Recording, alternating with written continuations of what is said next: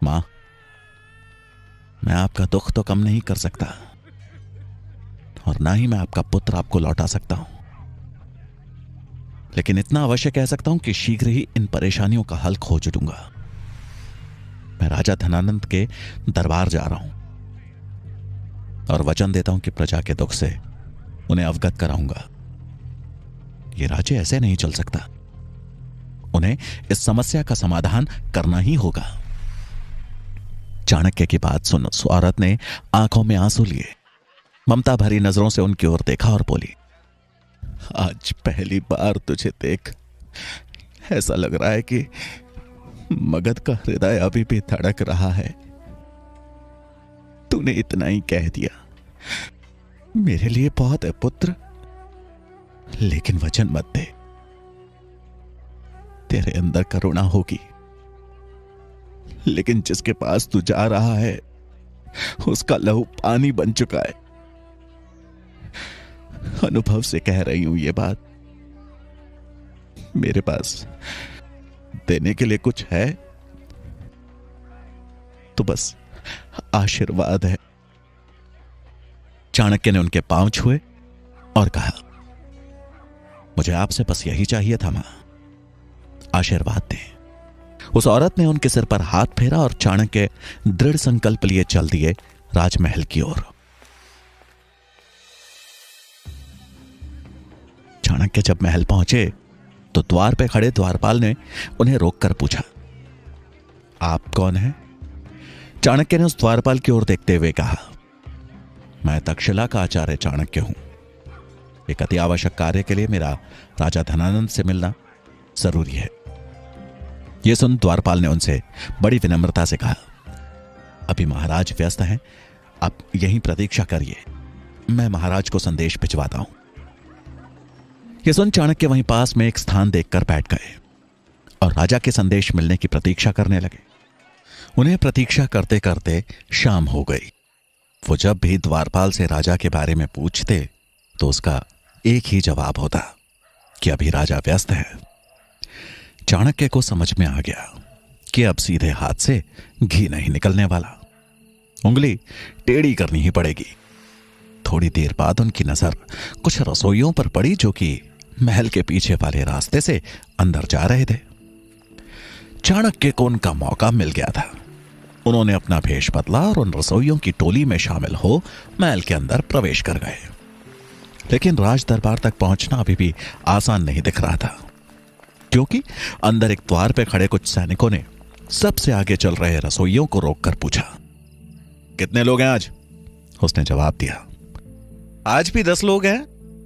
यह सुन एक सैनिक ने गिनती शुरू कर दी कि तभी चाणक्य का दिमाग तेजी से चलना शुरू हुआ। उन्हें जल्दी उपाय ढूंढना था, नहीं तो वो पकड़े जाते। जिस तीव्रता से उनका दिमाग चल रहा था उसी तेजी से उनकी नजरें भी घूम रही थी। इधर सैनिक की गिनती 6 तक पहुंच चुकी थी। तभी चाणक्य की नजर सामने रखे फूलदान पर पड़ी और उन्होंने चालाकी से उस फूलदान को गिरा दिया।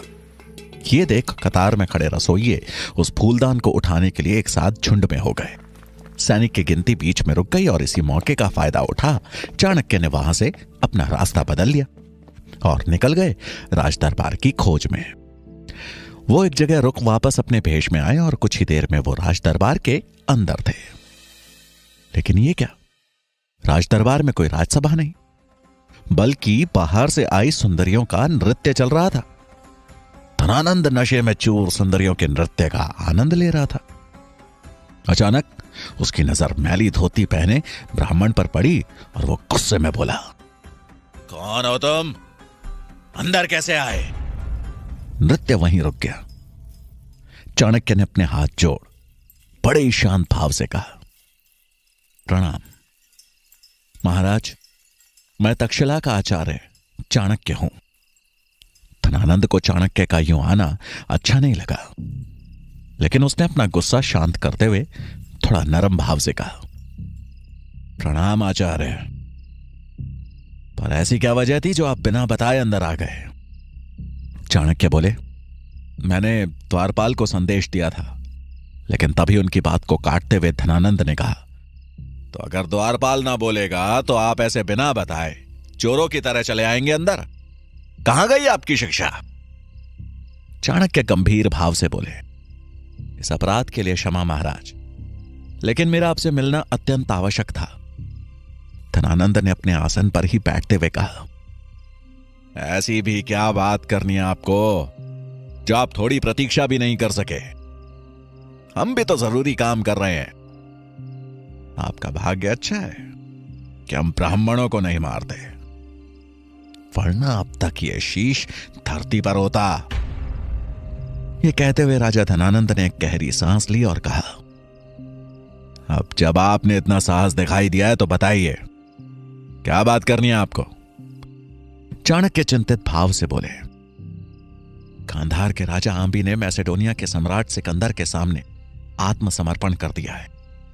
अब सिकंदर कभी भी भारत पहुंच सकता है। उसको रोकने के लिए हमें अखंड भारत का निर्माण करना होगा और मैं इसी विषय पर चर्चा करने आया हूं महाराज।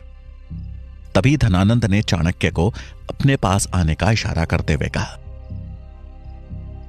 आपको चर्चा करनी है ना, तो यहां पास में आकर कीजिए चर्चा।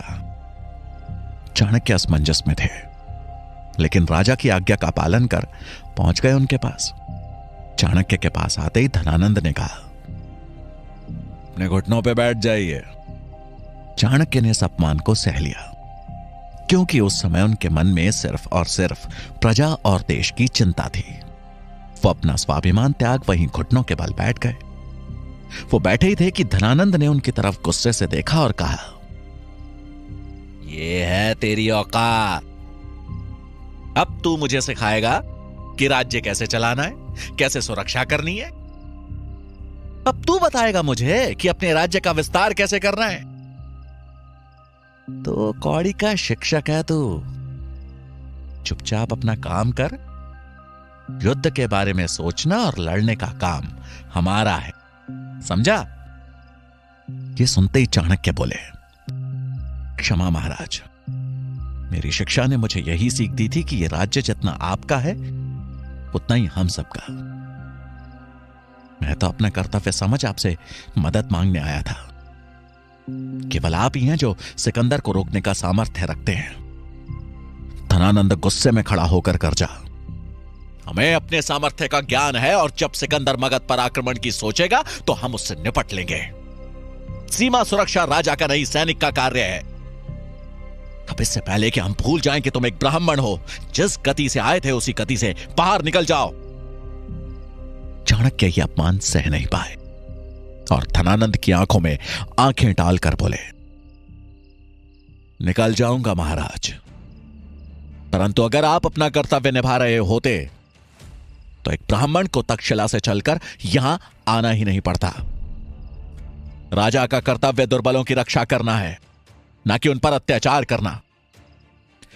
और मगध की दशा देख मुझे इतना आभास तो हो गया है कि हम शीघ्र ही संपूर्ण भारत सिकंदर को भेंट स्वरूप दे बैठेंगे।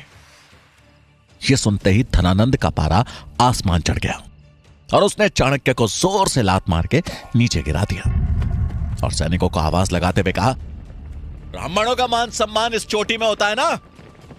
इस दरिद्र ब्राह्मण को इसकी चोटी से खींचते हुए बाहर ले जाओ। सैनिकों ने तुरंत आज्ञा का पालन किया और चाणक्य को चोटी से खींचते हुए द्वार की तरफ ले जाने लगे। द्वार तक पहुंचने से पहले ही चाणक्य ने उन सबको एक जोर का धक्का दिया, जिससे वो सैनिक लड़खड़ाकर गिर गए। अब चाणक्य ने अपनी शिखा खोलनी शुरू की और गुस्से में उबलते हुए धनानंद की तरफ बढ़ते हुए गर्जना की, धनानंद, मुझसे भूल हो गई कि मैं तो जैसे पापी से ये उम्मीद लगा बैठा कि तू बचाएगा इस देश को। एक शिक्षक का, एक ब्राह्मण की शिखा का अपमान किया है तूने। तो इस शिखा की सौगंध मैं, चणक पुत्र चाणक्य, तक्षशिला का आचार्य, आज ये प्रण लेता हूं कि जब तक तेरा और तेरे इस नंद वंश का सर्वनाश कर मगध की राजगद्दी पे एक योग्य राजा ना बिठा दूं, मैं ये शिखा नहीं बांधूंगा। ये बोल चाणक्य वहां से तेजी से निकल गए। धनानंद उनकी बात सुन गुस्से से लाल हो गया और उसने अपने सैनिकों को आदेश दिया, अगर यह ब्राह्मण फिर से इस राज्य के आसपास भी दिखा तो इसका सर कलम करके बीच बाजार में लटका देना। धनानंद से मिले अपमान के बाद चाणक्य ने उसे दिन मगध छोड़ दिया और अब उनके जीवन का लक्ष्य था एक अच्छे राजा का चुनाव करना, जो दयालु हो, पराक्रमी हो, जो प्रजा के हित के बारे में सोचे और एक अखंड भारत का निर्माण करे। तक्षशिला की तरफ बढ़ते हुए जब वो जंगल से होकर जाने वाले मार्ग पर चल रहे थे तो उनकी नजर उसी मार्ग पर आगे चल रहे एक 14 साल के बच्चे पर गई। वो बच्चा अकेला था। वो दिखने में पतला था लेकिन उसका शरीर फुर्तीला था। उस बच्चे ने एक मैली सी धोती पहनी थी। उसकी कमर में एक गुलेल लटकी थी। वो बच्चा शिकार पर निकले किसी चीते की तरह घात लगाए धीमे धीमे आगे बढ़ रहा था। उसे देख चाणक्य को उत्सुकता हुई और उन्होंने मनी मन कहा, ये बच्चा सुनसान जंगल में क्या कर रहा है? अब चाणक्य भी धीमे पांव उस बच्चे के पीछे पीछे चलने लगे। तभी उन्होंने देखा कि वो लड़का 2 लोगों का पीछा कर रहा है। कुछ दूर पीछे चलने के बाद चाणक्य ने देखा कि वो बालक जिन 2 लोगों का पीछा कर रहा है वो भी एक अकेले चल रहे यात्री का पीछा कर रहे हैं। ये देख चाणक्य को समझने में देर नहीं लगी कि वो दोनों लोग लुटेरे थे और अपने आगे चल रहे यात्री को लूटने की मंशा से उसका पीछा कर रहे थे। लेकिन तभी वो बच्चा हवा के झोंके की तरह गायब हो गया। ये देख चाणक्य अचंभित हुए और इससे पहले कि वो कुछ समझ पाते उन लुटेरों ने अपनी कमर से कटार निकालते हुए उस आदमी पे हमला कर दिया। चाणक्य उन लुटेरों को रोकने के लिए आगे बढ़े थे कि तभी उन लुटेरों पे किसी ने गुलेल से हमला किया और वो तुरंत ही जमीन पे गिरकर मूर्छित हो गए। हैरान हो चाणक्य ने जब नजर दौड़ाई तो सामने पेड़ पे बैठा वो बालक दिखा। उसके हाथ में गुलेल दिखी। छलांग मारकर वो बालक पेड़ से नीचे उतरा और उस यात्री के पास पहुंचकर बोला, आप ठीक तो हैं? आपको चोट तो नहीं आई? वो आदमी अपने सामने खड़े इतने छोटे बच्चे की बहादुरी देख अचंभित था। उसने उस बच्चे का धन्यवाद करते हुए कहा, तुमने मुझे सही समय पर इनसे बचा लिया, नहीं तो आज मेरी जान ही चली जाती। उसकी बात सुन वो बच्चा बोला, अरे नहीं, वो आपको जान से नहीं मारते, वो तो बस लूटपाट करके चले जाते। लेकिन अब आप सुरक्षित हैं, आप जा सकते हैं। उस यात्री ने अपना सामान समेटा और आगे बढ़ गया। चाणक्य वहीं खड़े हो सब देख और सुन रहे थे और फिर उनकी नजर उन लुटेरों पे गई जो अभी भी जमीन पर मूर्छित पड़े थे। बच्चे की नजर जब चाणक्य से मिली तो उसने उनके चेहरे के भाव को पढ़ते हुए तुरंत कहा, आप चिंता मत कीजिए, इन्हें कुछ नहीं हुआ है। थोड़े समय बाद ये उठ जाएंगे, पर तब तक वो यात्री दूर पहुंच चुका होगा। ये बोलकर वो बच्चा जाने लगा तो चाणक्य ने उससे पूछा, तुम्हें कैसे पता कि इन्हें कुछ नहीं हुआ? बच्चा बोला, क्योंकि मैंने उन्हें ऐसी जगह मारा है जिससे वो सिर्फ मूर्छित हुए हैं, उनको कहीं चोट नहीं लगी है। उसने फिर उन लुटेरों की तरफ देखते हुए कहा, ये लोग भी विवश हैं, पर इसका मतलब ये तो नहीं कि चोरी करें। मेरे लिए वो यात्री और ये दोनों समान हैं। चाणक्य उस छोटे से बच्चे की बात सुन के मंत्रमुग्ध हो गए और बोले, क्या नाम है तुम्हारा? बच्चे ने उत्तर दिया, चंद्रगुप्त। चाणक्य ने बच्चे के सिर पे हाथ रखा और मन ही मन बोले, मगध का भविष्य दिख रहा है मुझे। एक राजा में दया और वीरता का संतुलन होना चाहिए। मनुष्य को उसकी प्रकृति के अनुसार पहचानने की नजर होनी चाहिए, तभी वो न्याय कर सकने में सक्षम होता है। धनानंद, तू राजा का कर्तव्य ही नहीं भूला, बल्कि अपने अहंकार में मगध की मिट्टी को भी कलंकित कर चुका है।